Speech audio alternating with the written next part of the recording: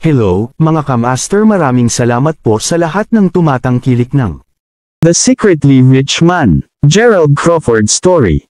Paki-follow and subscribe mga master para sa mga susunod pang mga kabanata. Isa pala akong rich kid. By 2 years is body. Kabanata 2321. Kapag umalis si Gerald, hindi maiwasang mapigilan ni Lucian, habang posible na malaman ang tungkol sa mga lihim ng isla kung namamahala siya na makipag-ugnay sa tagapag-ayos ng auction, hindi sila isang tao na maaari lamang niyang matugunan ang lahat ng malubhang nili. Tunay na nais ni Lucian na tulungan si Gerald dahil hindi lamang ipinangako ng batang lalaki na ibahagi ang mga lihim ng salamin ng debosyon, sa sandaling na-unlock niya ang mga lihim nito, ngunit si Gerald ay kusang loob din na mapanganib ang kanyang buhay upang mailigtas si Lindsay. Kahit na, wala siyang ideya kung paano makakatulong. Pagkatapos ng lahat, hindi ito maaaring makipag-usap sa tagapag-ayos sa ngalan ni Gerald. Impyerno, hindi niya alam ang sino mang nakipagkita sa tagapag-ayos sa nakaraang dekada. Huwag kang mag-alala tungkol dito. Mayroong ilang mga bagay na hindi natin matulungan, ginhawa si Aiden nang makita niya kung paano naguguluhan si Lucian. Napabuntong hininga bilang tugon, sumagot si Lucian, alam ko. Gusto ko lang siyang tulungan ng isang beses. Kahit na si Lucian ay sinaktan ng pagkakasala, si Gerald, sa kabaligtaran, ay kasing cool ng isang pipino sa kanyang silid. Pagkatapos ng lahat, alam na niya kung gaano kahirap ang pagsisiyasat na ito. Sa pag-unawa kung gaano kalalakas ang tagapag-ayos, naisip ni Gerald na kung hindi pa rin niya natuklasan ang mga lihim ng isla pagkatapos subukan ang kanyang makakaya, pagkatapos ay susuko na lang siya. Pagkatapos ng lahat, ang pag-crack ng code ay hindi gagawa sa kanya ng mabuti kung natapos na siya. Ano man ang kaso, naisip ni Gerald na dapat siyang magsimula sa pamamagitan lamang ng paglibot sa isla sa pag-asang makahanap ng mga potensyal na pahiwatig. Kumpara sa kung kailan sila unang dumating, marami pang mga stall ng pagkain ang na-set up ng oras na ang trio ay lumabas para sa hapunan. Sa napakaraming mga kwadra, hindi nakakagulat na marami sa kanila ang nagbebenta ng internasyonal. Mga lutuin mula sa Weston, Japan, at maging ang Mainberg, isa sa mga mas maliit na bansa.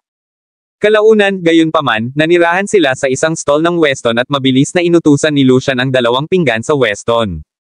Di nagtagal, si Gerald na nakaramdam ng mga alon ng mahahalagang cheese sa paligid niya ay hindi makakatulong ngunit ulong, mayroong maraming mga magsasaka sa paligid namin.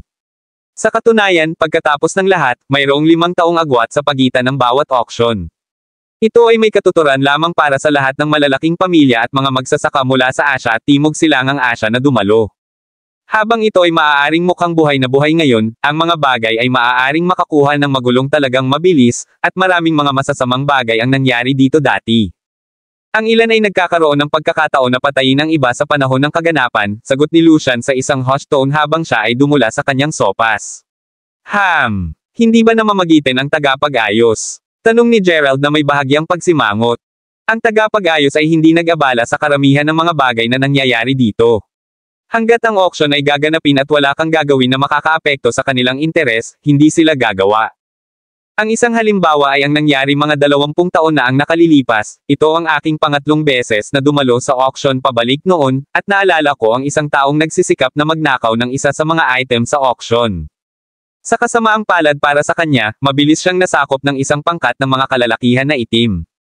Hindi rin siya tumayo ng isang pagkakataon sa pakikipaglaban, alinman sa paraan, walang nang ahas na magdulot ng anumang problema mula pa noon, kahit na ang mga pakikipaglaban at naghahanap ng paghihiganti ay pangkaraniwan pa rin sa pribadong isla na ito.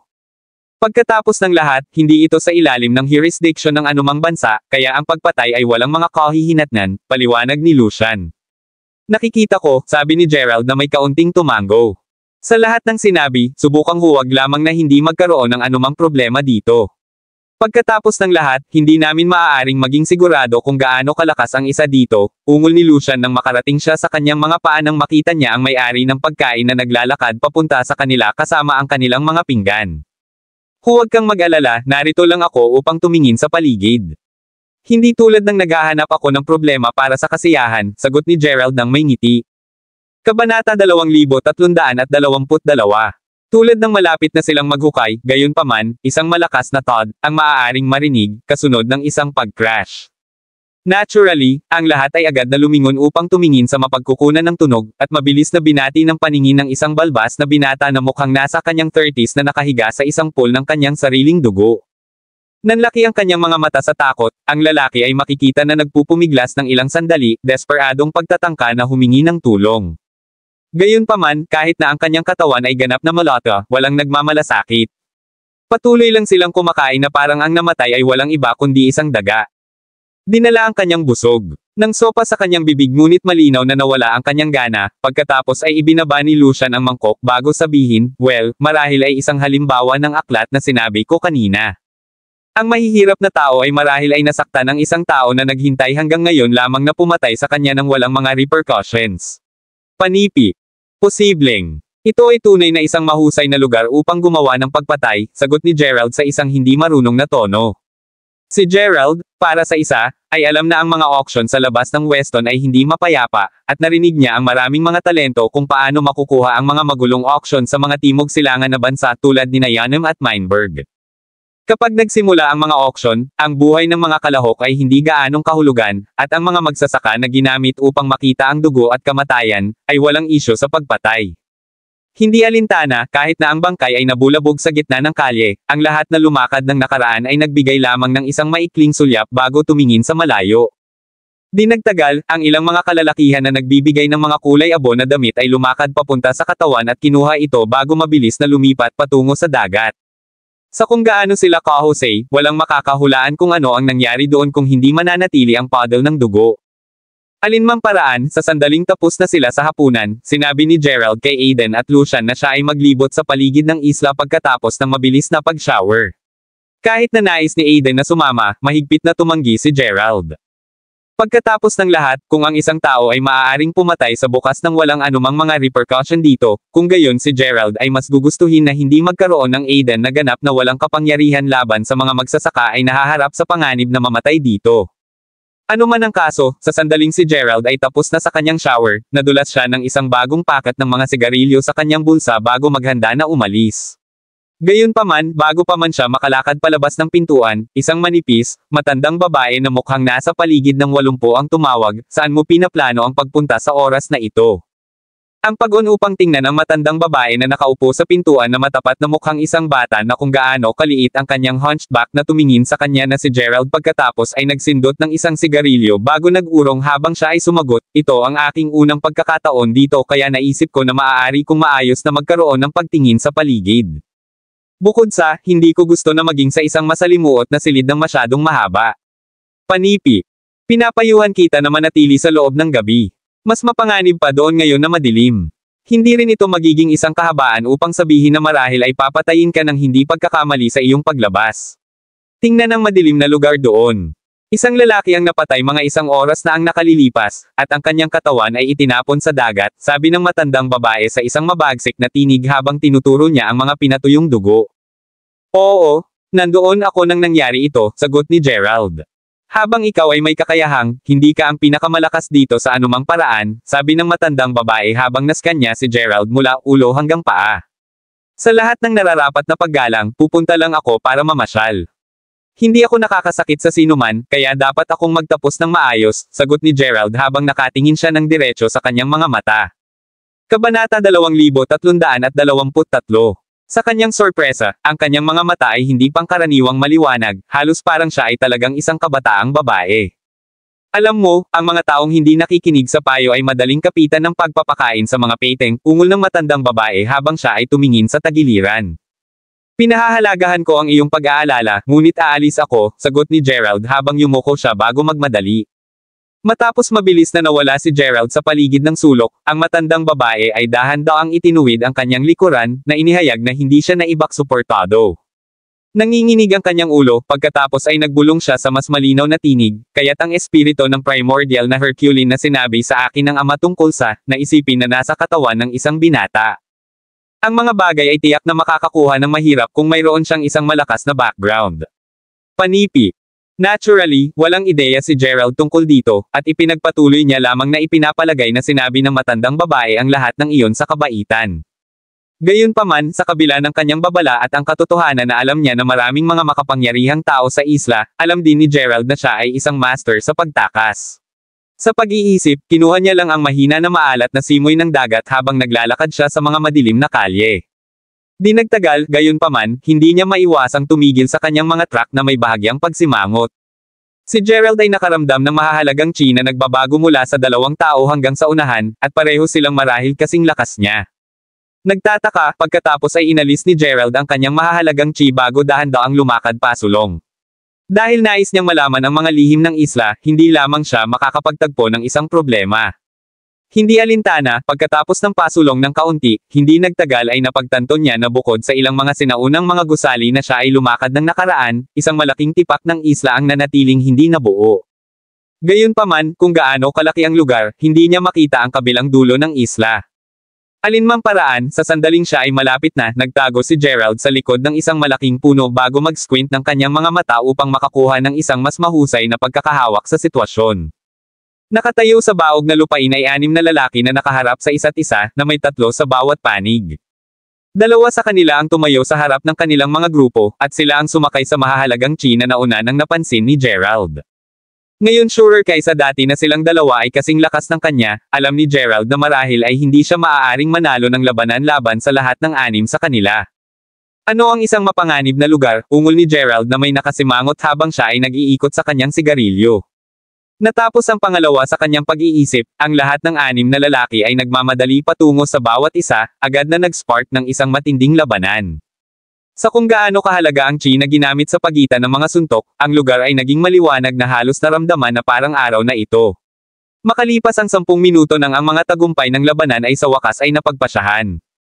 Isang tao lamang ang nanatiling buhay sa talo, at siya ay nakaluhod na, ang kanyang hininga ay labis na mahina. Tulad ng para sa iba pang trio, kahit na nanalo sila, lahat sila ay malubhang nasugatan din. Gamit nito, pinili nilang huwag patayin ang tao, mabilis na nawawala sa kadiliman. Matapos masaksihan ang lahat ng iyon, hindi maiwasang maklik ni Gerald ang kanyang dila.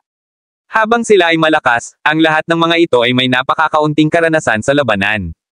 Ngayon nauunawaan na, si Gerald ay medyo tiwala na siya ay mananalo kahit na ang lahat ng 6 sa kanila ay dumating para sa kanya. Nanginginig ang kanyang ulo, pagkatapos ay nagpatuloy siya sa paglalakad pasulong, ganap na hindi napansin. Kabanata 2324. Nagumagamit ng glow ng buwan upang gabayan siya sa paligid, hindi nagtagal ay nakarating si Gerald sa isang napakalaking bundok na tumayo ng halos 1 kilometro ang layo sa kanya. Naturally, ito ay nakakagulat sa kanya.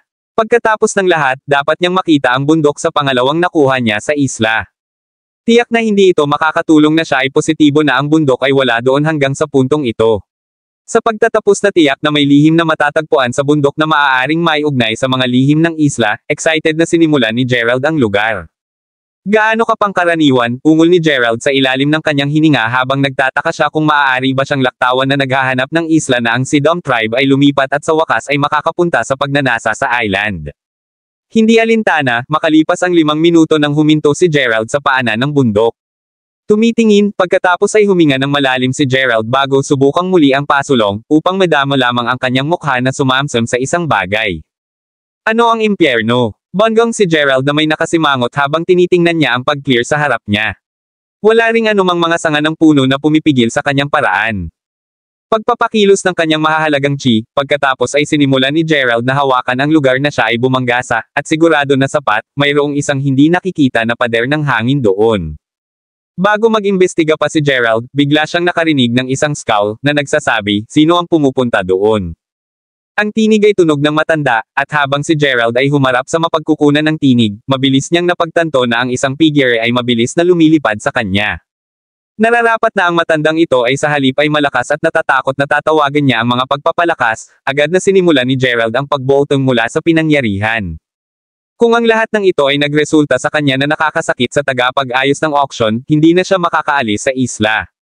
Alinmang paraan, kahit na si Gerald ay mabilis, ang matandang lalaki ay mas mabilis, at kinuha lamang ang nakatatandang 3 segundo upang makahabol sa batang lalaki. Snupang sa gabi, ha? Ipakita sa akin ang iyong mukha at sabihin sa akin kung ano ang mayroon ka. Nanginginig ang matanda habang tinangka niyang kunin ang balikat ni Gerald. Nang marinig iyon, si Gerald ay nagsimulang umikot, naghahanda ng kanyang sarili para sa labanan. Kung hindi niya maiiwasan ang kanyang kalaban, maaari rin siyang makipaglaban sa kanya. Kung ginawa niya itong buhay ay hanggang sa kapalaran. Matapang sapat upang ihinto. Nagkorting ka ba ng kamatayan o kung ano? Ungol ng isang medyo pamilyar na boses. Bago pagganap na harapin ni Gerald ang matandang lalaki, nakaramdam siya ng isang kamay na humawak sa likuran ng kanyang kwelyo, at sa loob ng ilang segundo, medyo malayo na siya mula sa kung saan siya ay una nang tumayo. Kabanata 2325. Gerald Crawford, ang lihim o hindi nakikita na mayaman na kabanata 2325 nang makita si Gerald na kinaladkad, agad na tumigil ang matandang lalaki sa kanyang mga track. Habang sigurado siya na ang tagapagligtas ng panghihimasok ay isang matandang babae, ang kanyang aura ay nakaramdam ng kakaibang pamilyar. Iyon ba ang batang may bahay? Ungol ang matandang lalaki sa kanyang sarili. Alam kung gaano katindi ang batang babae, sa kalaunan ay nagpa siya ang lalaki na bumalik, inalis ang kanyang mahahalagang chi sa proseso. Ang kanyang pag-iisip na proseso ay upang makipag-ugnay muna sa pamilya ng batang may bahay upang kumpirmahin kung iyon ba talaga sa kanya. Kung hindi, pagkatapos ay ipagpapatuloy lang niya ang pangangaso sa batang lalaki. Habang hindi siya nakakakuha ng magandang pagtingin sa mukha ni Gerald, walang nakataka sa kanyang mga grasps. Ang paglipat pabalik kay Gerald, hindi nagtagal bago niya nahanap ang kanyang sarili na bumalik sa gusali na siya ay nanatili. Minsan sa loob, mabilis niyang itinuwid ang kanyang mga damit bago ilagay ang kanyang palad at kamao habang siya ay magalang na sinabi, "Salamat sa pag-save sa akin, Senior." Mga ad sa pamamagitan ng Pop Future. Kung hindi siya lumakad sa huling sandali, alam ni Gerald na papasok siya sa isang mundo ng problema.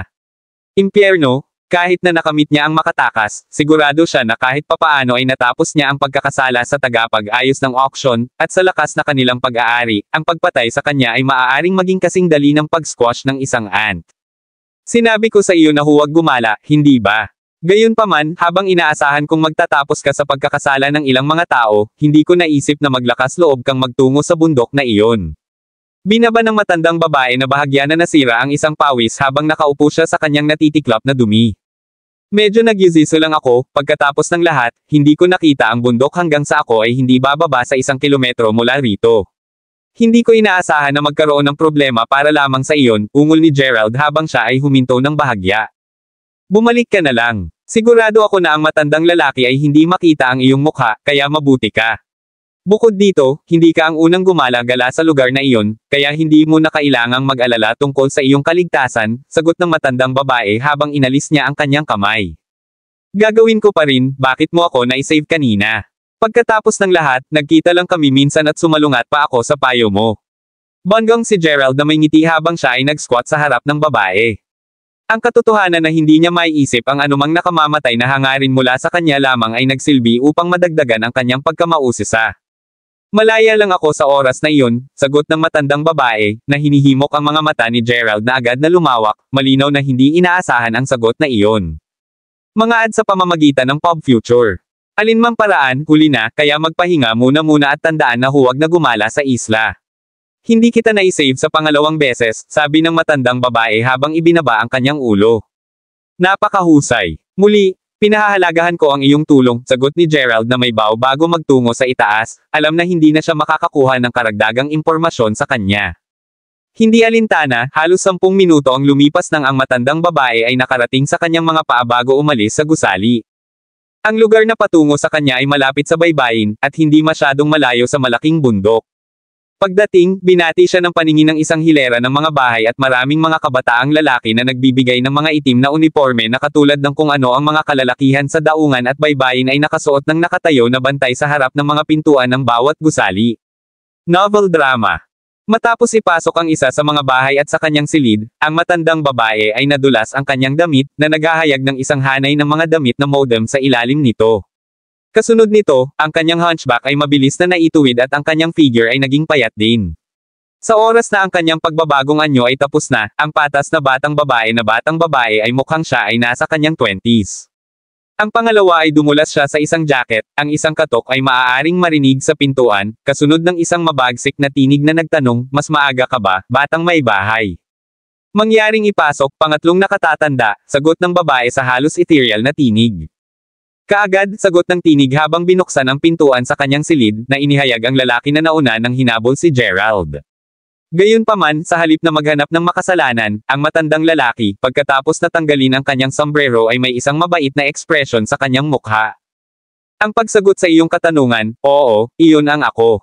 Alinmang paraan, kung gumagala pa rin siya sa isla pagkatapos nito, itaboy mo lang siya palayo.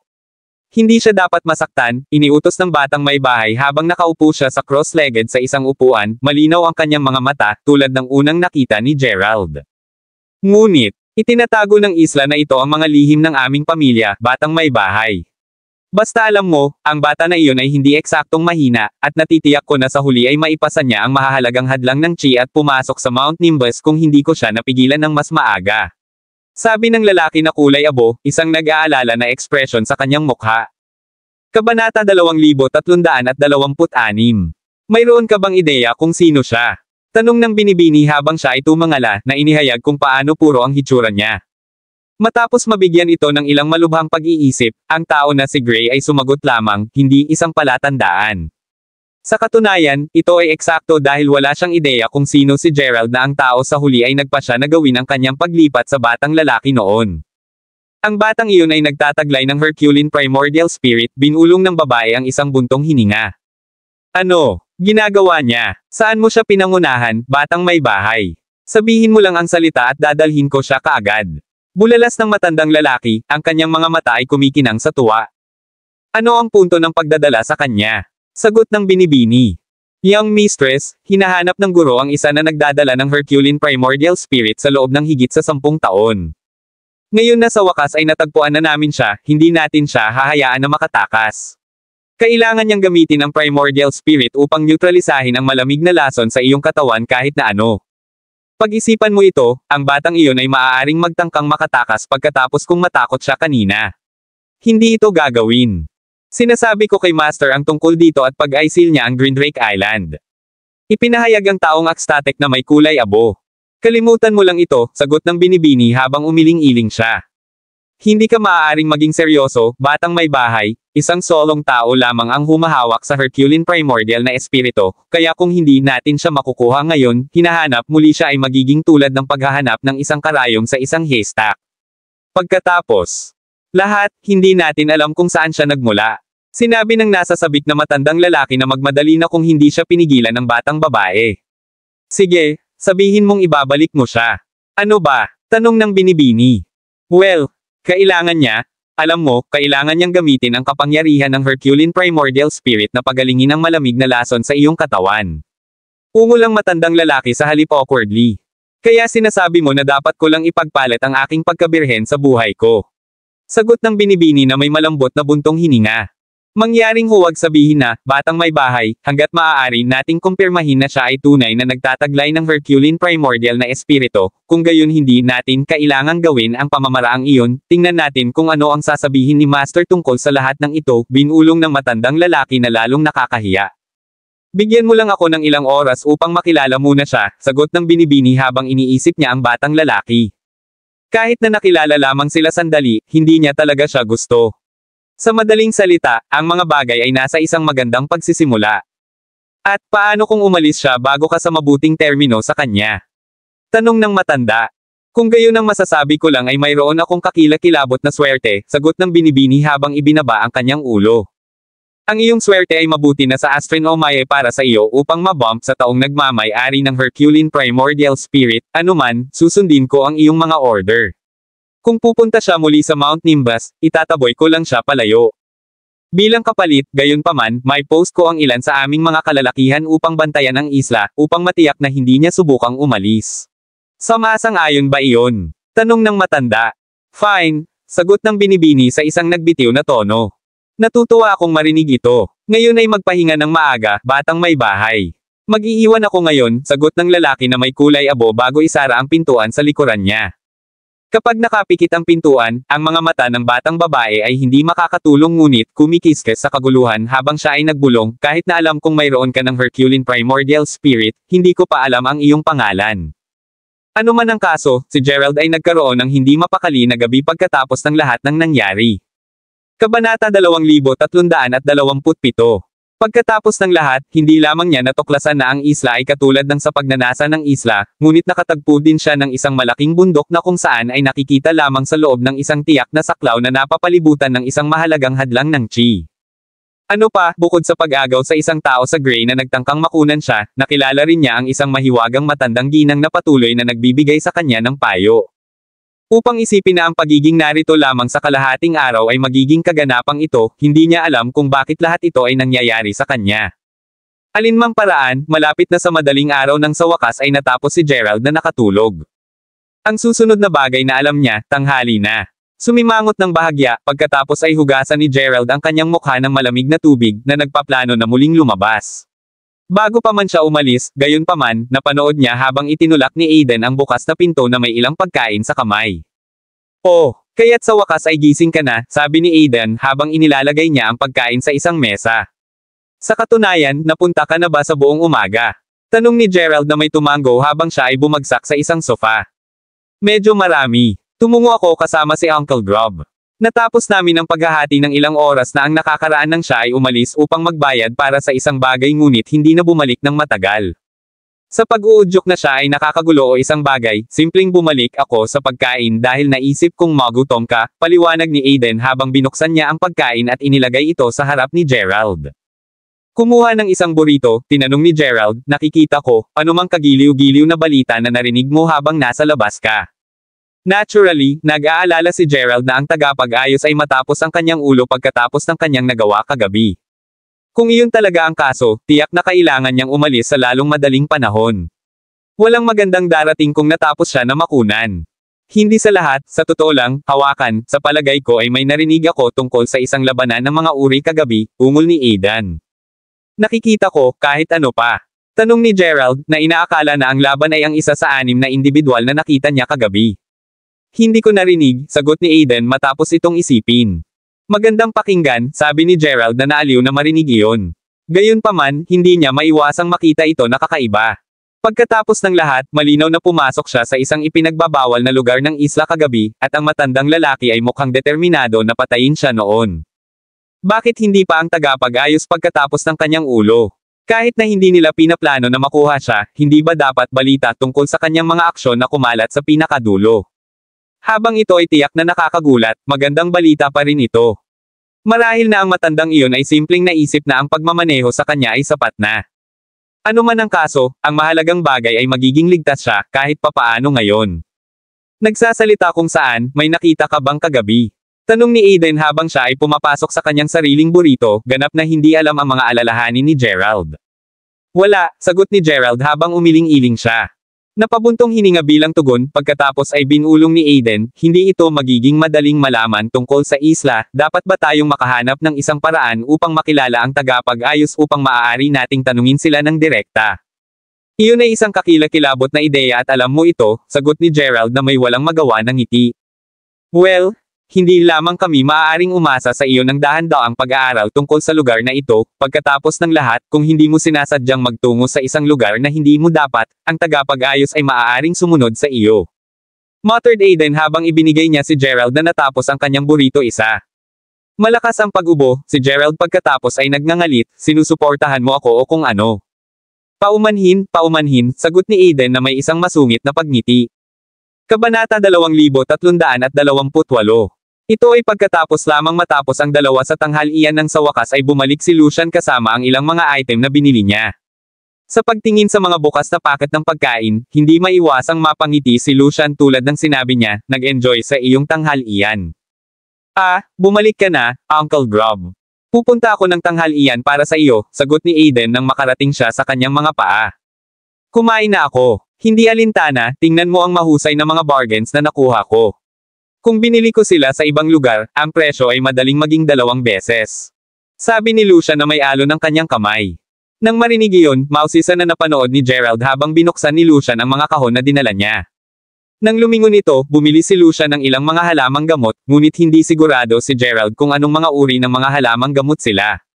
Napansin ang pagkalito ni Gerald, itinuro ni Lucian ang isa sa mga halamang gamot bago ipaliwanag, iyon ay polar grass. Ang pinong espesimen na ito, sa kabilang banda, ay isang 500 taong gulang na wild ginseng. Panipi. Kapag natapos na si Lucian na nagpapaliwanag tungkol sa mga halamang gamot, tumango lang si Gerald habang sinabi niya, tila kahit na ang mga stall ng kalye dito ay nagbebenta ng magagandang bagay. Habang hindi siya lahat ay may kasanayan sa bukid, narinig ni Gerald ang tungkol sa karamihan ng mga halamang gamot na si Lucian ay bumili lamang ng bago mula kay Daryl. Sa sinabi nito, naalala niya na sinabi ni Daryl na ang polar grass ay malapit sa hindi mabibili ng halaga. Bueno, marami sa mga kwadra dito ay hindi kahit na nangangahulugang maging mga stall sa kalye. Ang totoo, ang kanilang mga item ay hindi sapat na mabuti upang maisama sa auction, kaya napilitan silang ibenta ang kanilang mga paninda dito. Gayunman, hindi nangangahulugan na ang mga item na nabigo sa screening ay walang silbi. Kung hindi, hindi ko nakuha ang mga halamang gamot na ito. Sagot ni Lucian habang maingat niyang inilagay ang mga kahon. Ang paglalakbay na ito ay napatunayan na maging mabunga sa kanya.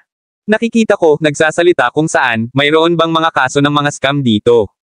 Tanong ni Gerald, na hindi sumali sa gayong auction dati. Siyempre, mayroon na. Pagkatapos ng lahat, ang kailangan mo lang ay $20,000 upang makarating dito.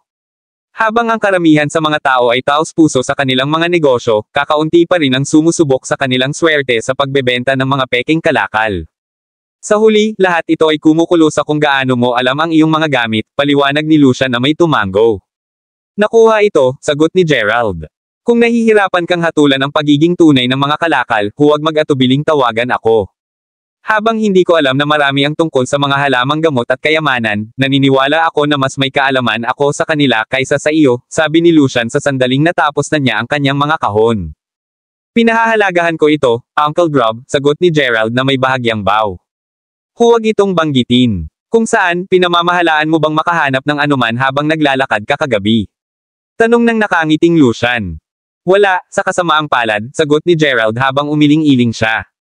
Kapag naisip niya ang matandang babae, gayunpaman, mabilis na nakarating si Gerald bago maglakad papunta sa pintuan habang nagsasabing, alinmang paraan, pupunta ako ng kaunti.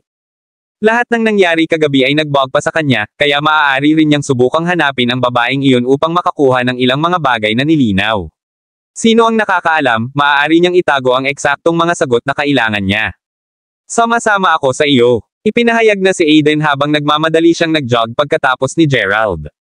Kapag ang dalawa ay nasa ibaba, mabilis na lumingon si Gerald upang tumingin sa lugar kung saan nakaupo ang matandang babae kagabi. Sa kasamaang palad, habang ang dumi ng tao ay nanatili, ang matandang babae ay wala nang nahanap.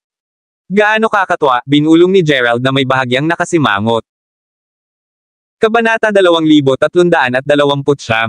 Ano? Tanong ni Aiden habang nakatitig siya sa parehong direksyon tulad ni Gerald, hindi alam kung ano ang hinahanap ni Gerald. Wala ito. Alinmang paraan, bumalik sa paglalakad, sagot ni Gerald habang umiling-iling siya. Hanggang sa nakakuha siya ng isang mas mahusay na pag-unawa sa sitwasyon, hindi talaga nais ni Gerald na sabihin ang tulong sa lahat tungkol sa lahat, na natatakot na siya ay mag-abala sa kanya. Sa ganoong paraan, kung kailangan niya ang tulong ng matandang babae, hindi siya mapigilan ni Aidan. Hindi alintana, ang pangalawa ay lumakad siya sa labas, nakita ni Gerald na ang mga kalye ay nakapak na ngayon sa mga nagtitinda. Sa napakaraming tao na naglalakad, tiyak na ipinapalagay ni Gerald na ang maingay na lugar na ito ay isang merkado ay hindi pa kilala. Nakasandal laban kay Gerald, pagkatapos ay nagbulong si Aiden sa isang walang malasakit na tono, alam mo, sa kabila ng napakaraming mga kwadra, umaabot lamang sila ng ilang daang metro sa unahan. Nagtataka ka talaga kung bakit sila lamang ang magpapasya na mag-cram sa kanilang sarili sa isang puro na lugar. Panipi. Siguro hanggang sa pinapayagan silang pumunta, sagot ni Gerald na alam na marahil ang katotohanan kahit na siya ay naglaro lamang ng pipi. Napansin ng pinatuyong mga mantsa ng dugo mula pa noon, si Gerald ay umiling-iling lamang bago ilagay ang kanyang mga braso laban sa kanyang likuran habang sinabi niya, alinman, tingnan natin. Habang lumalakad ang duo sa karamihan ng tao, dalawang lalaki na may suot na kulay abo na uniforme na pinapanatili ang pagbabantay sa kanila mula sa isang distansya na lumingon sa bawat isa.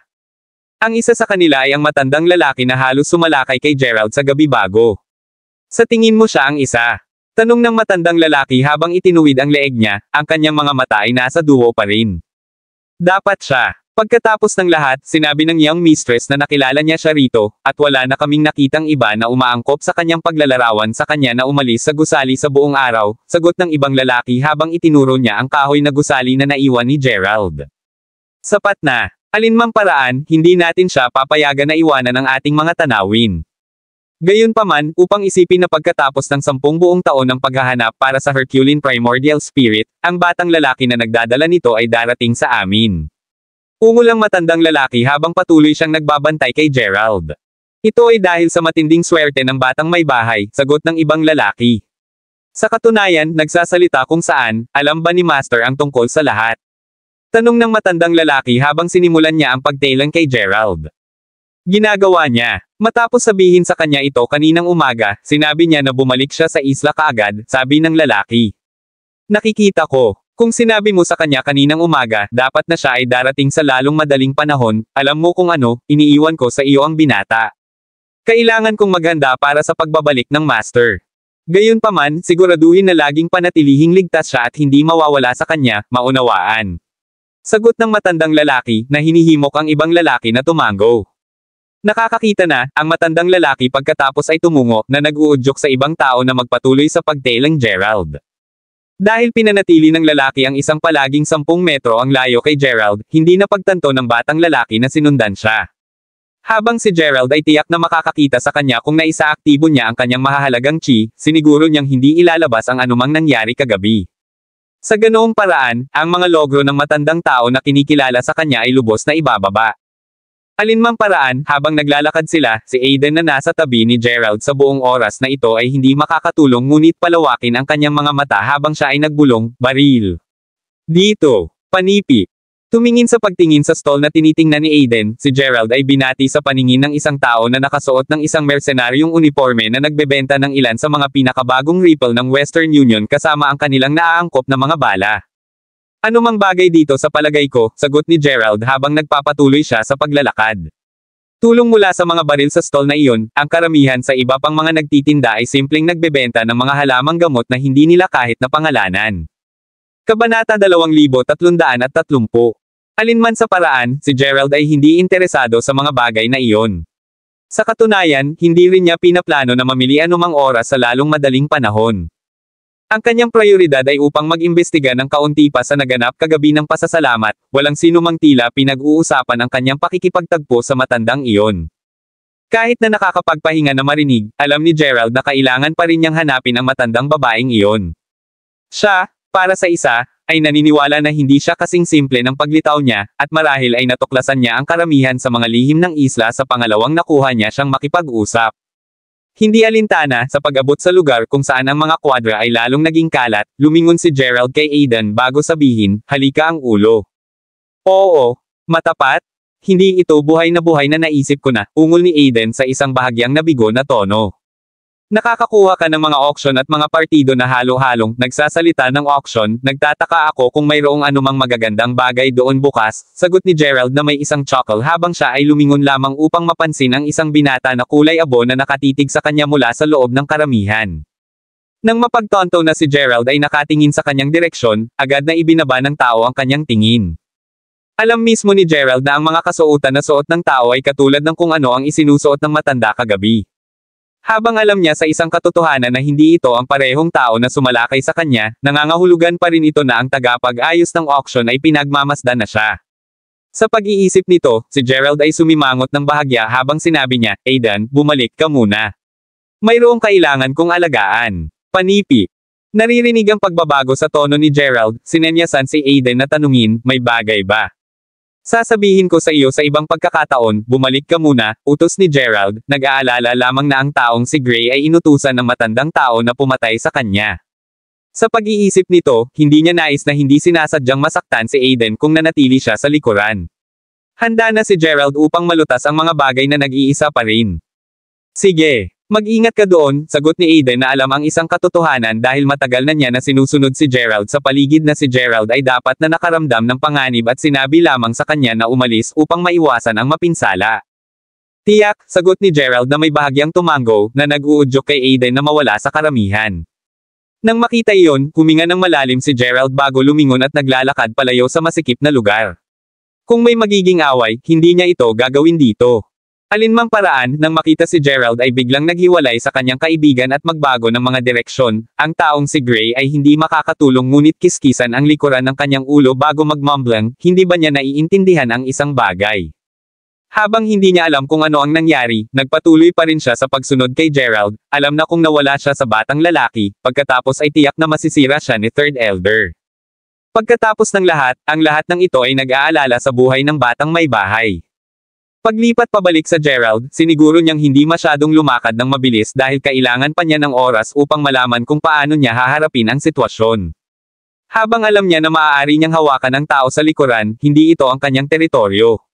Sa madaling salita, nag-aalala si Gerald na ang mas malakas na tao ay maaaring lumitaw sa anumang oras. Gayunpaman, kahit papaano, pinangunahan niya ang problema sa Aiden at Lucian. Alam na, kung natapos siya na mahuli, ganoon din. Hindi alintana, matagumpay na ginawa ito ni Gerald sa lugar ng kalye makalipas ang ilang sandali. Nang makita si Gerald ay biglang sumisid, ang taong may kulay abo ay mabilis na nagpunta patungo sa kabataan. Gayunpaman, huli na siya. Nawala si Gerald. The asterisk man ito. Grumbled ang binata habang naskan niya ang lugar, na umaasang makitang isang sulyap sa batang lalaki. Nang biglaan ang lahat, siya ay sinakta ng isang biglaang gust ng hangin. Kabanata 2331. Na nakakaramdam ng isang malamig na laban sa kanyang leeg, ang lalaki pagkatapos ay tumingin sa ibaba at napagtanto na mayroong isang sandang laban sa kanyang lalamunan. Pag-aalaga na nagpapaliwanag kung bakit mo ako sinusundan. Tanong ni Gerald habang pinaputukan niya ang kanyang mga mata. Why nagkamali ka, kapatid? Wala akong dahilan upang sundin ka sa paligid. Sagot ng binata ng isang gulp habang siya ay ngumiti ng awkwardly habang pinataas ang parehong mga kamay. Nang marinig iyon, si Gerald ay bahagyang naabak. Pagkatapos ng lahat, hindi lamang pinili ng binata na pigilan o bantayin siya, ngunit hindi niya binago ang kanyang mahahalagang chi. Kahit na hindi niya inaasahan ang gayong reaksyon, huminga lang si Gerald bago sumagot, ito ba ay dahil sa paglabag ko sa ipinagbabawal na lugar kagabi? Ipinagbabawal na lugar? Tanong ng binata, lubos na nalilito. Pagkatapos ng lahat, wala siyang ideya na tumungo si Gerald sa Mount Nimbus kagabi. Lahat ng sinabi sa kanya ay ang batang lalaki ay nagmamay-ari ng Herculean primordial na espiritu at hindi siya pinapayagan na umalis sa isla. Nagtuturo sa direksyon ng Mount Nimbus, sinabi ni Gerald, ang napakalaking bundok doon. Nang lumingon si Gerald upang tumingin sa kung saan siya nagtuturo, gayunpaman, mabilis niyang napagtanto na ang bundok ay nawala pa. Ngayon nakakakuha ng isang mas buong larawan, ang binata ay sumagot lamang, malalaman mo ang higit pa tungkol dito sa hinaharap. Habang ang Mount Nimbus ay isa sa mga lihim na bundok ng kanyang pamilya, nang isa sa alang-alang ang pagkakakilanlan ni Gerald at ang katotohanan na marahil ang patriarch o batang may bahay ay kalaunan ay ipaliwanag ang mga bagay sa kanya, pinili ng binata na huwag tuwid na maglaro ng pipi. Masalimuot, sabi ni Gerald na may bahagyang pagsimangot. Bago iyon, maaari mo bang ilipat ang sandang palayo sa aking lalamunan? Ang isang slip ng iyong kamay at ang aking buhay ay tapos na. Maniwala ka sa akin kapag sinabi kong wala akong hangarin na mag-stalk o labanan ka. Sagot ng lalaki habang tinuro niya ang sandang habang kinakabahan.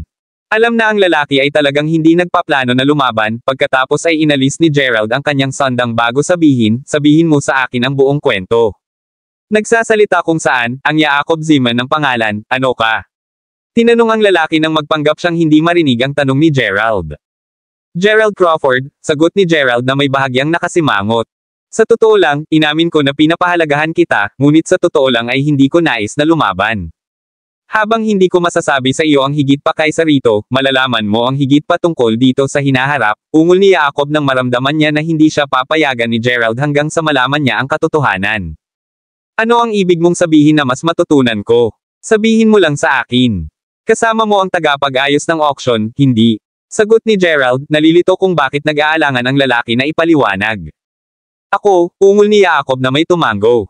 Hindi alintana, hindi ka ba medyo casual sa paligid ko? Tandaan na kumpleto tayo sa mga estranghero, sagot ni Gerald nang may hininga habang pinipiga niya ang kanyang sandang.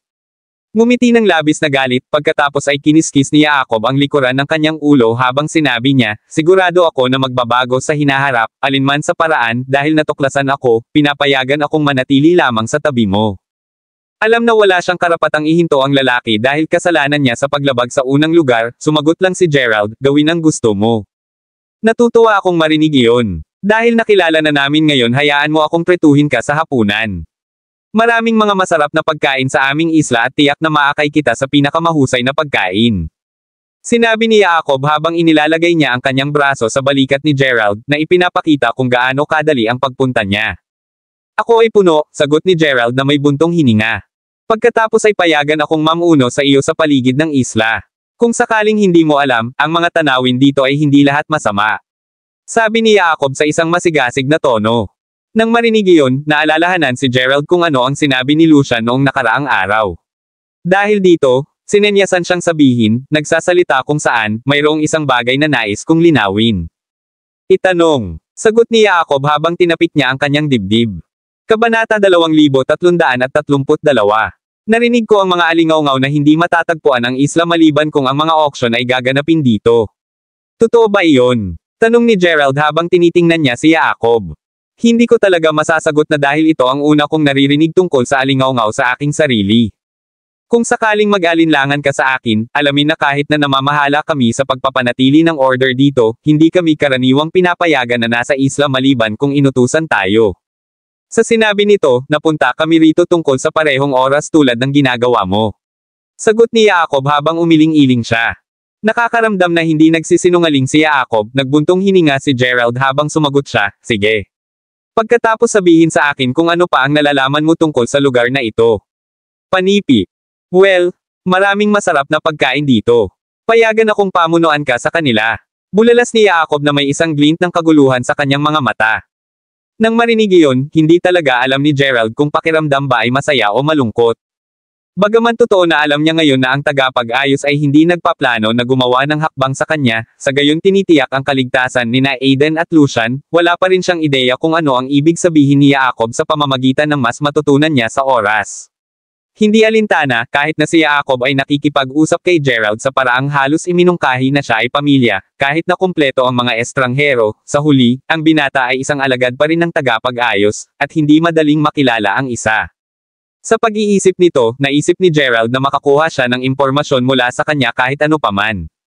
Dahil dito, sinenyasan siyang sabihin, kalimutan mo, mas gugustuhin kung bumalik.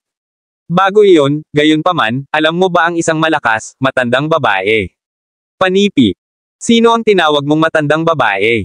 Siya, sagot ni Jacob bago mabilis na tinakpan ang kanyang bibig.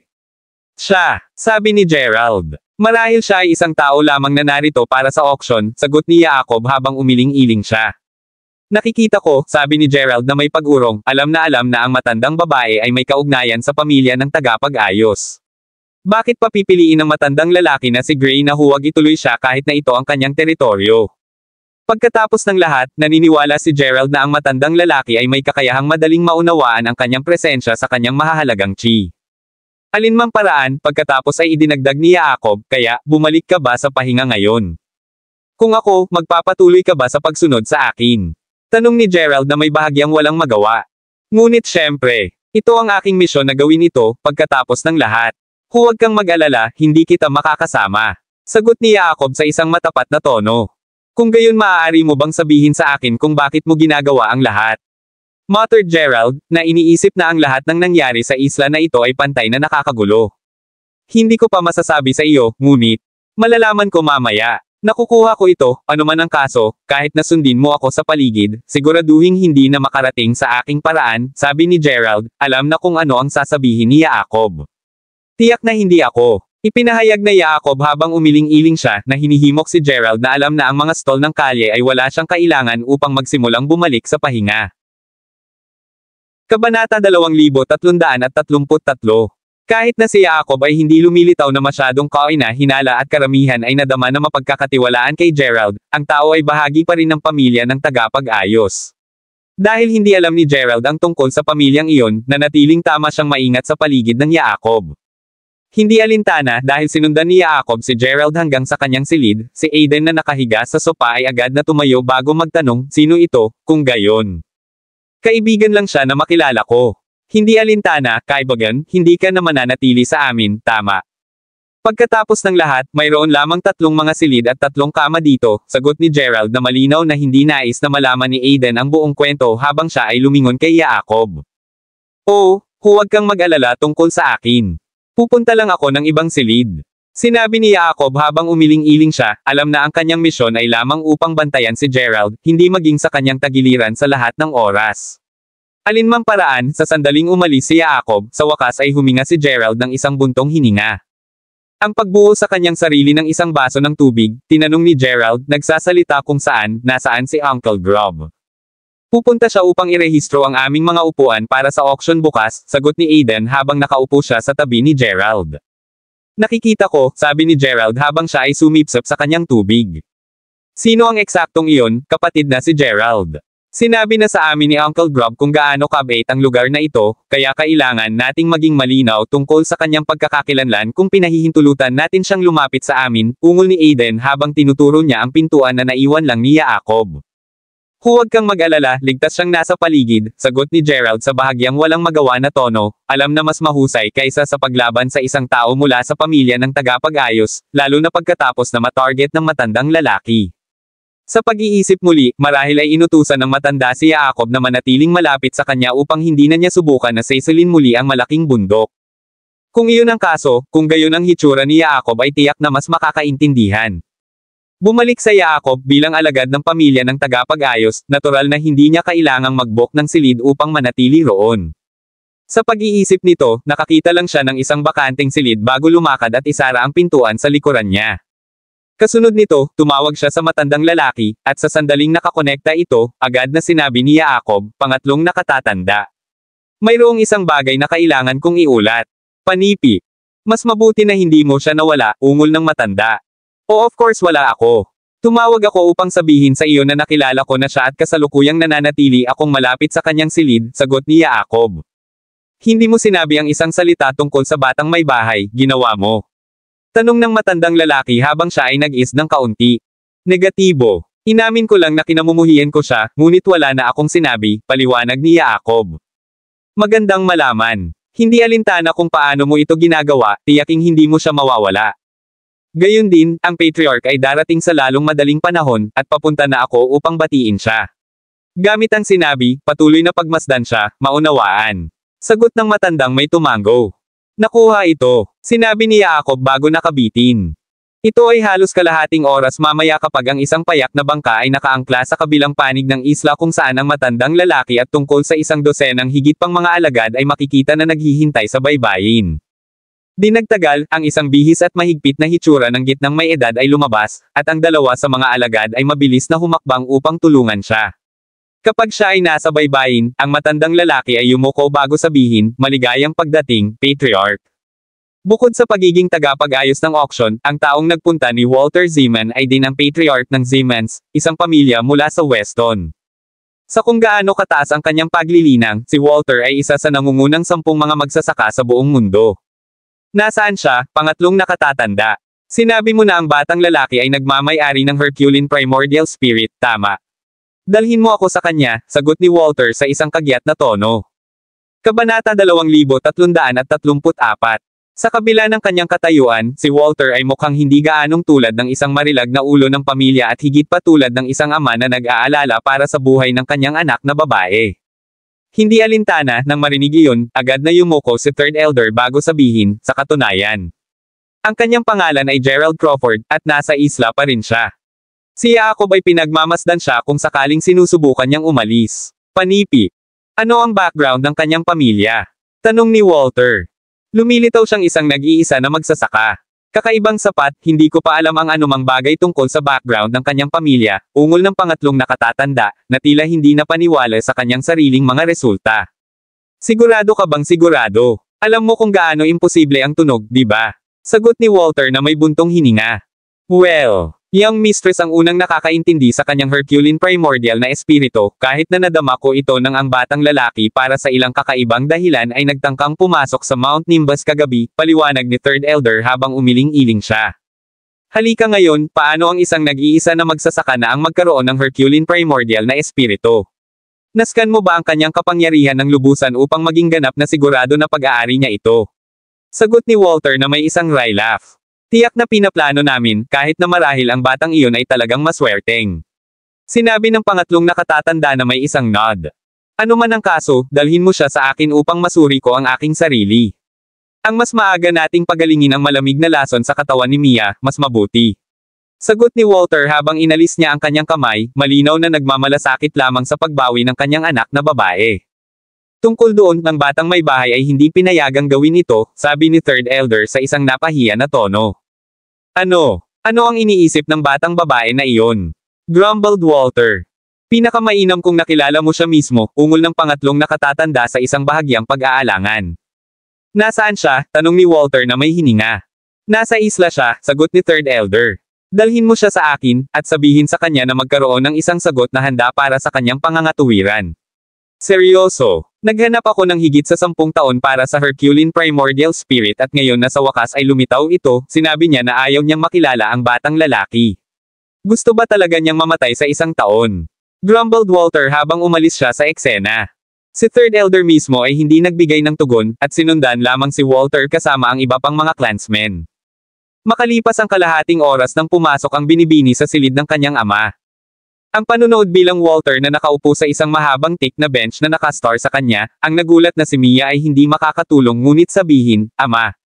Ano ang ginagawa mo dito ng maaga? Panipi. Siya, para sa isa, malinaw na naalala na sinabi sa kanya ng kanyang ama na hindi siya darating hanggang sa magsimula ang auction dahil mayroon siyang mas mahalagang pagpupulong na dumalo. Kung hindi ako dumating, ang lahat ng aking pagsisikap sa nakalipas na 10 taon ay hindi mawawala. Sagot ni Walter. Maya-maya ay nagyayelo sa lugar, mabilis na sinabi ni Mia, ano ang maaari mong pag-usapan, Ama? Sapat na mga laro, Mia. Natagpuan mo ang isa na nagtataglay ng Herculean Primordial Spirit, tama. Sagot ni Walter sa isang nag-uutos na tono. Pangatlong nakatatanda, ginawa mo ba? Muttered Mia habang siya ay lumingon upang tumingin sa matandang lalaki sa gray na nakatayo malapit. Sa katunayan, dapat mong malaman kung gaano kritikal ang impormasyong ito sa Patriarch, kaya't huwag magalit sa akin, sagot ni Third Elder habang tinitingnan niya ang tagiliran, napahiya. Alam na wala ng punto na itinatago ito, pagkatapos ay huminga si Mia bago sabihin, oo, matatagpuan ko na siya. Kabanata 2335. Kung gayon ano ang hinihintay mo, Mia? Mayroon kang mas mababa sa 1 taon na natitira. Kung hindi tayo kumikilos ng mabilis, maaaring umalis ang batang lalaki at maaaring hindi natin siya muling mahanap. Sagot ni Walter sa isang kagyat na tono. Pagkatapos ng lahat, ang buhay ng kanyang anak na babae ay nasa linya. Nang marinig iyon, hindi maiwasang mapurol si Mia habang siya ay nagbulong, mangyaring iwanan mo ako at ang aking ama ay sandali. Nodding bilang tugon, ang pangatlong nakatatanda at ang iba ay mabilis na umalis sa silid. Kapag wala na sila, pinalo ni Mia ang kanyang mga manggas bago magdagdag ng isang maliit na tinig. Ama, sigurado ako na alam mo ang dapat kong gawin sa batang iyon upang pagalingin ang malamig na lason sa aking katawan. Matapos ang isang maikling pagpos, sumagot si Walter, alam ko na. Kung gayon maaari ko bang makilala muna ang taong ito? Kailangan kong tanggapin siya bago payagan siyang tretuhin ang aking malamig na lason, tama. Sabi ni Mia, nakakaramdam ng labis na napahiya. Masyado kang napili. Habang alam ko na ito ay pinakamahusay na kung maaari kang makasama sa batang iyon, ang mga pulubi ay hindi maaaring maging mga tagapili. Kung ikaw talaga ang may kamalayan sa sarili tungkol dito, maaari ko lang siyang patayin pagkatapos gumaling ang iyong kalagayan. Ipinahayag na si Walter, ang kanyang titig na matigas. Ikaw, pinaplano mong patayin ang aking tagapagligtas. Muttered Mia, ang kanyang mga mata ay nakatuon sa kanyang ama. Biglang nakakaramdam ng labis na awkward, iniwasan ni Walter ang kanyang tingin bago sabihin, lahat ito para sa iyong sariling kabutihan. Dahil sinasabi mo yon, hayaan mo lang akong makilala siya ng kaunti, kung hindi niya matugunan ang aking mga kinakailangan, mas gusto kong mamatay mula sa malamig na lason. Sagot ni Mia sa isang matatag na tono. Bullshit. Hindi ka maaaring magbiro tungkol sa iyong buhay na ganyan. Ang aking anak na babae, hinayaan ko kang magkaroon ng iyong paraan sa lahat mula nang ikaw ay ipinanganak, gayunpaman, ginagawa ko ang mga bagay sa oras na ito. Manatili dito at kukunin ko na makuha ang cultivator na ito agad. Hahayaan kitang magpasya kung ano ang gagawin sa kanya sa sandaling pagalingin niya ang malamig na lason. Umungol si Walter habang siya ay tumayo bago maglakad papunta sa pintuan. Pagdurog sa braso ng kanyang ama, pagkatapos ay humingi ng tawad si Mia, Ama, teka. Ipinangako ko na gagawin ko siyang alisin ang malamig na lason sa aking katawan. Basta, bigyan mo ako ng ilang oras, mangyaring. Panipi. Nangako ka ba? Nangungunang Walter habang aktibong pinigilan niya ang kanyang galit. Sumusumpa ako. Ipinahayag na si Mia na may isang matatag na tumango. Mayroon kang hanggang sa araw na matapos ang auction. Kung umalis siya, magiging tulad ng pagsisikap na makahanap ng isang karayom sa isang haystack. 10 buwan ka lang ang natitira, kaya kung hindi ka kumilos ng mabilis, nakikialam ako kung gusto mo o hindi, sagot ni Walter na hindi makakatulong ngunit ibigay nang makita niya ang mga mata ng kanyang anak na babae ay nagsisimulang tubig. Naunawaan, binulong ni Mia na may isang tumango, alam na ang kanyang ama ay nais lamang kung ano ang pinakamahusay para sa kanya. Sige, ngayon magpahinga na. Nais kong makita ang binata sa auction bukas. Kahit na wala siyang pamilya, hanggat mukhang maayos siya at may mabuting pagkatao, handa akong tanggapin siya bilang aking manugang. Siyempre, iyon lamang kung ang dati kong anak na babae ay nag-iisip ng pareho, sabi ni Walter habang pinalambot niya ang kanyang tono. Matapos maghanap para sa taong nagtataglay ng Herculean Primordial Spirit sa loob ng higit sa 10 taon, sino ang maaaring masisi sa kanya sa pakiramdam na labis na labis? Ako. Oo ama, aalisin ko muna ang aking pag-iwan, ungol ni Mia, na medyo nahihiya ulit. Nanunood habang umalis ang kanyang anak na babae, pagkatapos ay idinagdag ni Walter, susundan mo ako sa auction bukas, tama. Pagkatapos ng lahat, hindi ko pa rin alam kung ano ang hitsura ni Gerald, kaya kailangan mo siyang ituro sa akin. Panipi. Kabanata 2336. Naunawaan, ama, sagot ni Mia habang isinara niya ang pintuan sa likuran niya. Mabilis na pasulong ng maaga sa susunod na umaga, makikita si Gerald na nakahiga sa kanyang kama, nakabukas ang kanyang mga mata. Matapos ang lahat ng nangyari, hindi siya makatulog ng isang kisap mata, at pinag-isipan niya ang tungkol sa pagliko ng mga kaganapan sa buong gabi upang hindi mapakinabangan. Ang pag-iisip ng tren ni Gerald ay naputol kapag ang isang kumatok sa kanyang pintuan ay narinig, na sinundan ni Aiden na nagsasabing, na ang kapwa Jacob ay narito. Nang marinig iyon, hindi makakatulong si Gerald. Habang hindi niya gusto ang ideya ng isang tao na pinagmamasdan siya, ano pa ang magagawa niya? Paggulong sa kanyang kama, pagkatapos ay itinulak niya ang kanyang pintuan na nakabukas bago sumagot, hayaan mo siya. Sa oras na si Gerald ay tapos na naghuhugas ng kanyang mukha, nakaupo na si Jacob sa sala. Nakakakita ng Gerald, mabilis na itinuro ni Jacob ang ilang mga bag ng pagkain sa mesa bago sabihin, tumayo ako na maaga upang mag-agahan para sa lahat. Subukan kung ano ang binili ko. Sigurado akong magugustuhan mo ang aking mga pick. Panipi. Pinahahalagahan ko ito, sagot ni Gerald sa isang bahagyang walang magawa na tono. Walang problema. Gising ka, tiyuhin. Halika magkaroon ng ilang pagkain bago ito malamig. Ipinahayag na si Jacob na hindi mabasa ang kalagayan habang pinapanood niya ang paglabas ni Lucian sa kanyang silid. Naturally, si Lucian ay bahagyang nalilito upang makita ang hindi pamilyar na mukha, na hinihimok siyang magtanong, at ito ay isang bagong kaibigan na ginawa ko, ungol ni Gerald. Nakikita ko, dumaan ako sa Lucian Grub, ngunit maaari mo lamang akong tawaging Uncle Grub, sagot ni Lucian na may tumango habang inilalabas niya ang kanyang kamay patungo kay Jacob. Jacob Zeman. Tawagin mo lang ako Jacob. Ipinahayag na Jacob na may isang bastos ng ngiti habang ibinalik niya ang handshake. Kasiyahan na makilala ka. Hindi alintana, kalahating oras lamang ang natitira upang makapasok sa auction hall. Gamit ang sinabi, tapusin ang iyong agahan ng mabilis o hihad lang tayo sa pagpasok, pag-ungol ni Lucian habang ibinigay niya sina Gerald at Aiden na isang tiket sa pagpasok bawat isa. Bago makuha ni Gerald at Aiden ang kanilang mga tiket, pinasimulan ni Jacob ang isang gintong plated na tiket sa pagpasok mula sa kanyang bulsa bago ilagay ito sa mesa at nagsasabing, maaari mong panatilihin ang mga tiket na iyon, Uncle Grub. Mayroon akong isang tiket sa mga upuan ng VIP, kaya sumama ka lang sa akin. Panipi. Ikaw. Ano? Ngunit paano? Bulalas ni Lucian, malinaw na flabbergasted sa pagliko ng mga kaganapan.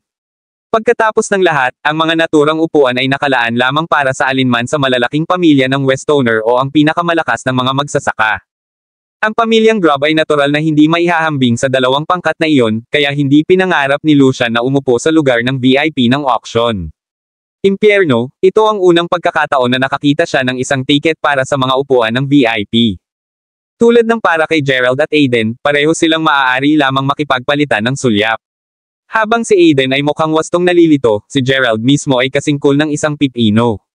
Pagkatapos ng lahat, alam niya na si Jacob ay isang alagad ng pamilya ng tagapag-ayos. Sa sinabi nito, ang pagkakaroon niya ng pag-access sa naturang tiket ay may katuturan lamang. Hindi alintana, si Jacob na inaasahan ng tugon na ito ay sumagot lamang, sabihin lang natin na nakuha ko ito. Alinmang paraan, una kong naisip na malulungkot na magtungo doon. Sa kabutihang palad, bumagsak ako. Brother Gerald, kaya maaari na tayong mag-chat sa auction. Panipi.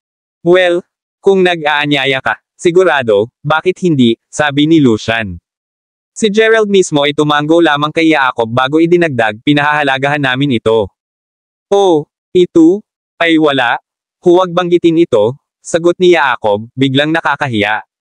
Pagkatapos ng lahat, ginagawa lamang niya ang lahat ng ito dahil pinadalhan siya ng pangatlong nakatatanda kagabi, na hiniling sa kanya na dalhin si Gerald sa mga upuan ng VIP sa ikalawang palapag kaya ang patriarch ay maaaring magkaroon ng magandang pagtingin sa kanya. Alinmang paraan, sa sandaling tapos na ang agahan, ang apat sa kanila ay magkasama. Kabanata 2337. Ang auction mismo ay gaganapin sa isang napakalaking, bilog na gusali sa gitna ng isla na medyo kahawig ng isang Roman Colosseum, karamihan dahil ang sentro nito ay guwang upang payagan ang mas mahusay na pag-iilaw. Bukod doon, ang auction house ay dalawang kwento na mataas, na ang itaas na palapag ay isang bilog na platform na may maraming maayos na keyan, kung saan maaaring umupo ang madla.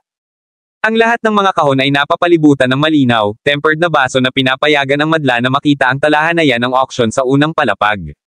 Sa pagsasalita ng unang palapag, mayroong hindi bababa sa 300 mga hilera ng mga kahoy na bangko doon. Bago ang mga bangko, tumayo ang auction table, at sa likod ng mesa, ay dalawang kahoy na pintuan na nagbigay ng access sa backstage. Ano man ang kaso, ang mga tao ay naswarmang sa gusali ng alas 8 ng umaga. Tulad ng para kay Gerald at sa kanyang partido, dahil mayroon silang tiket ni Jacob sa kanila, umakyat lang sila sa kahoy na hagdanan sa tabi ng auction house bago magtungo sa itaas na palapag. Nang makita ng clansman si Jacob, agad siyang gestured patungo sa pintuan nang hindi man lang nag-abala na makita ang tiket bago sabihin, mangyaring, pumasok. Nodding bilang tugon, pagkatapos ay sinimulan ni Jacob ang grupo sa kanilang pagtingin sa kahon nang sinabi niya, alam mo, narinig kong naghahain sila ng mga toneladang pagkain at inumin sa bawat kahon. Sa pagpunta sa kanilang lugar ng pagtingin, nalaman nila na bukod sa isang sofa na maaaring magkasya hanggang sa 5 tao ay mayroon ding mahabang mesa na napuno ng lahat ng uri ng pagkain pati na rin ang ilang mga bote ng mineral na tubig.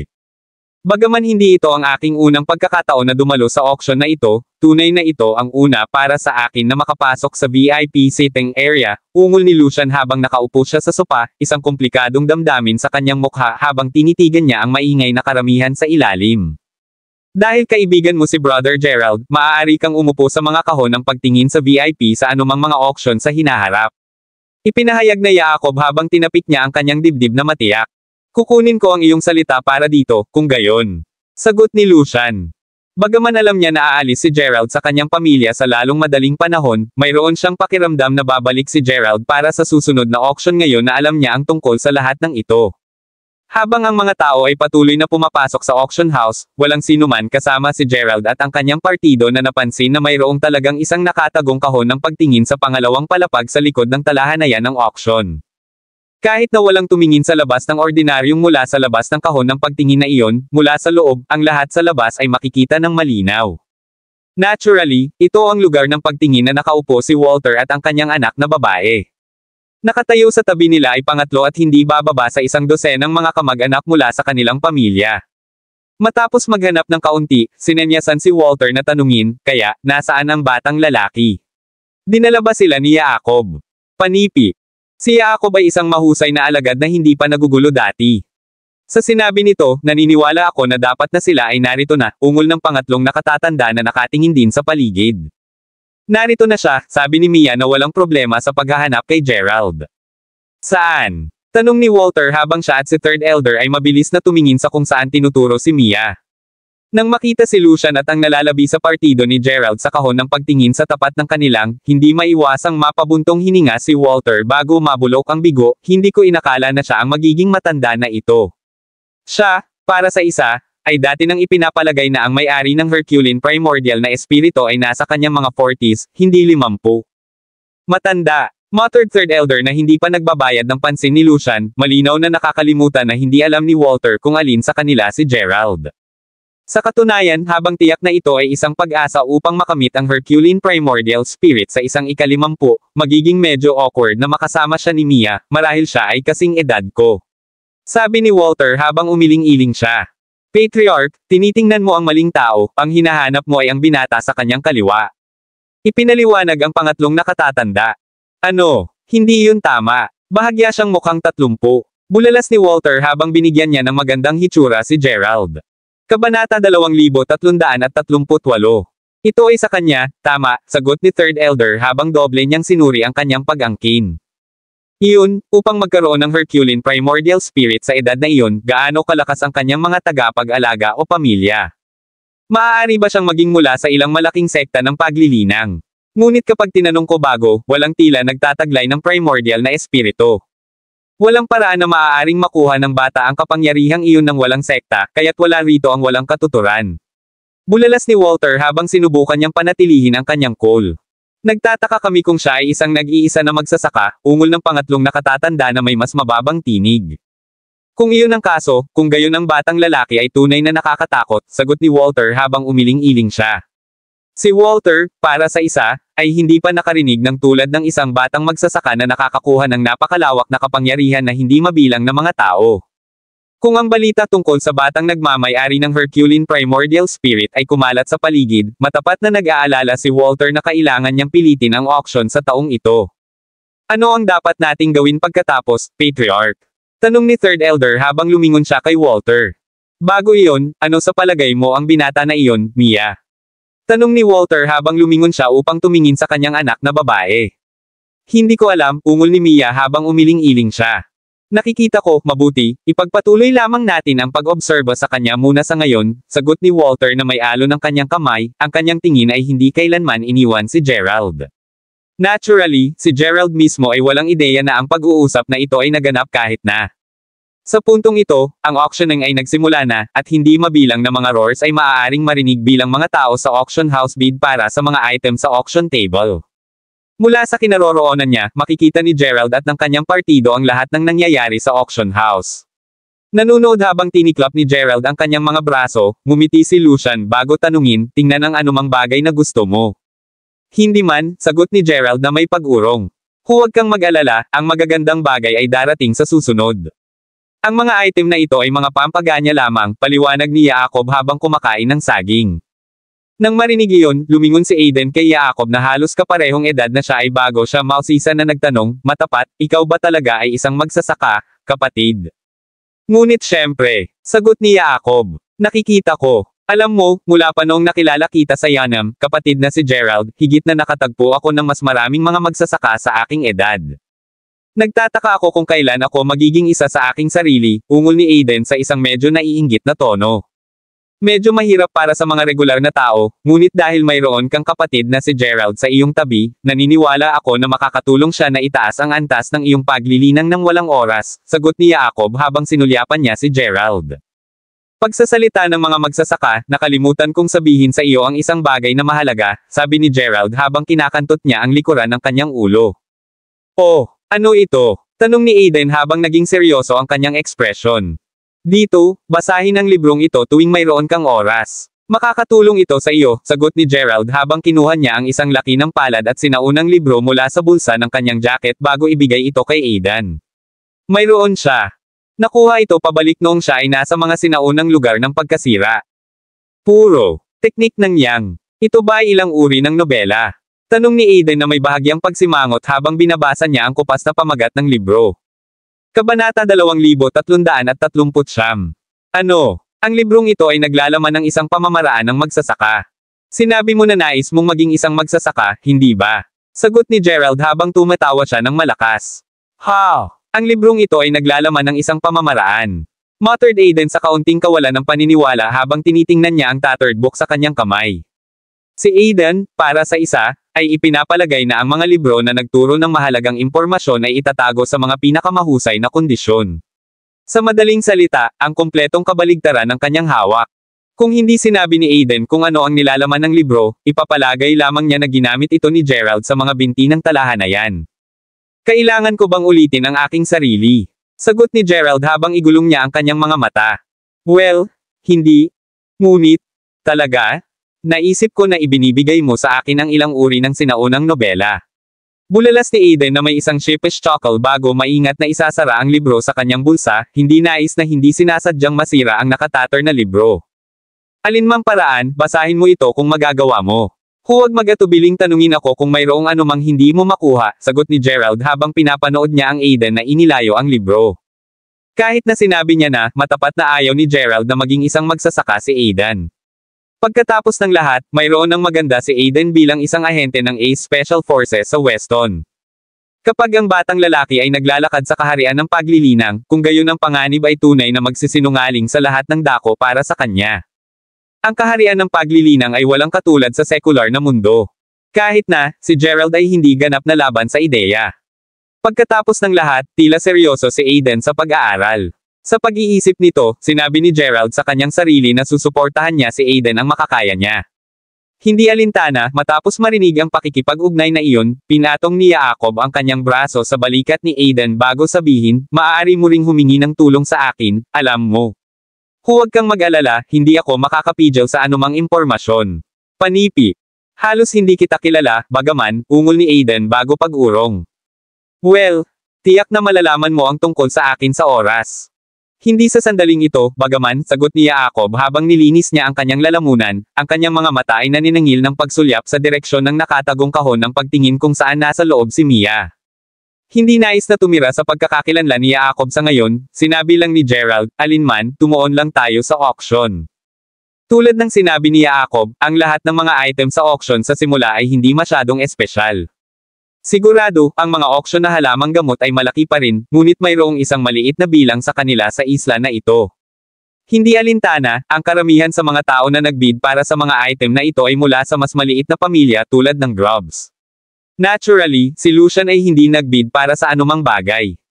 Pagkatapos ng lahat, nasiyahan na siya sa mga bargains na nakuha niya mula sa mga stall ng kalye sa ibang araw. Ano pa, ginugol niya ang halos lahat ng kanyang pera, at nais niyang tiyakin na sapat na siya upang matulungan si Gerald kung nais ng batang lalaki ang alinman sa mga item sa auction. Alinmang paraan, habang tumatagal ang auction, ang kalidad ng mga item ng auction ay unti-unting tumaas. Sa pag-iisip, ang mga presyo na una ay nagsimula sa daang libong pagbaril hanggang sa isang napakaraming milyong dolyar. Ito ay kapag ang mas malakas na pamilya at puwersa ay nagsimulang gumawa ng kanilang paglipat. Sa kabila nito, nagpatuloy lamang si Gerald sa panunood, tumawid pa rin ang kanyang mga braso. Sa lalong madaling panahon sapat na, isang tanso, hugis, hayop na kaldero ay inilagay sa auction table. Ayon sa auctioneer, ang kaldero ay ginawa lamang sa nakaraang daang taon, kaya medyo bago ito. Kahit na, ang presyo ng auction nito ay mabilis na nag-skyrock sa 50 milyon dolyar. Ang pagtaas ng isang bahagyang kilay habang tinitingnan niya ang kaldero, sinenyasan si Aiden na tanungin, bakit ang bagay na iyon ay napakamahal, Uncle Grub. Bilang ahente ng Ace Special Forces ng Weston, si Aiden ay nakilahok sa ilang mga misyon na kasangkot sa pagkuha ng pambansang kayamanan. Ang mga anti-gang karaniwang kinasasangkutan niya ay libo-libong taong gulang, ngunit karamihan, magbebenta lamang sila ng 100 milyong dolyar. Sa pag-iisip nito, nag-usise si Aiden kung paano nagbebenta ang isang bagong kaldero para sa napakataas na presyo. Para kay Aiden na dati nang pinag-aralan kung paano ay presyo ang mga item ng relic, ang kaldero ay marahil ay nagkakahalaga ng 1 milyong dolyar sa karamihan. Nang marinig ang tanong ni Aiden, sumagot lang si Lucian, alam mo ba kung sino ang gumawa ng kaldero? Hindi isang clue, sagot ni Aiden habang umiling-iling. Kabanata 2340. Ginawa ito ng pamilyang Marshall, paliwanag ni Lucian. Anong uri sila ng pamilya? Tanong ni Gerald at Aiden nang sabay-sabay. Bueno, sila ay isang pamilya na kilala sa mga tool na kanilang pinagtutuunan. Kaya lang alam mo, ang karamihan sa mga sandata at magic artifact na ginagamit ng mga magsasaka ay ginawa ng pamilyang ito. Naaalala mo ba ang taybak na nakabitin sa gitna ng aking parlor? Sagot ni Lucian habang hinuhubaran niya ang kanyang balbas. Gagawin ko, sagot ni Gerald ng isang tumango habang naalala niya ang longsword na nakabitin sa pader ng parlor. Habang alam niya ang tungkol dito sa isang habang ngayon, hindi na siya nag-abala tungkol sa taybak. Natutuwa ako. Kita niyo, na ang longsword ay ginawa ng Marshalls, at pinamamahalaan kong makuha ang aking mga kamay ilang 10 taon na ang nakalilipas. Habang ang taybak mismo ay medyo pangkaraniwan sa loob ng sambahayan ng Marshall, lahat ito ay kayang bayaran ng isang pamilya. Sa totoo lang nakikita ko ito bilang isang kayamanan ng pamilya, kahit na ito ay isang bagay na ang mga Marshall ay hindi kahit na isang pangalawang sulyap sa, ungol ni Lucian na may buntong hininga.